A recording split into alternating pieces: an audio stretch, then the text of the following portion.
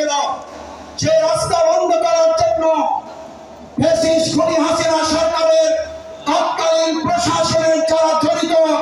হাসপাতালে নিয়ে এসে চিকিৎসায় অবহেলা করার সাথে যারা জড়িত, অবিলম্বে তাদের গ্রেপ্তার করে আইনের আওতায় নিয়ে এসে ফাঁসি কার্যকর।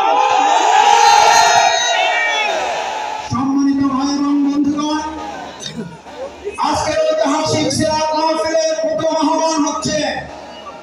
যদি সিরাতের মাধ্যমে দেশ পরিচালিত হয়, এমন এক ঐতিহাসিক প্রেক্ষাপটে আজকের এই মাহফিল, যখন রাষ্ট্র মেরামতের কাজ চলছে,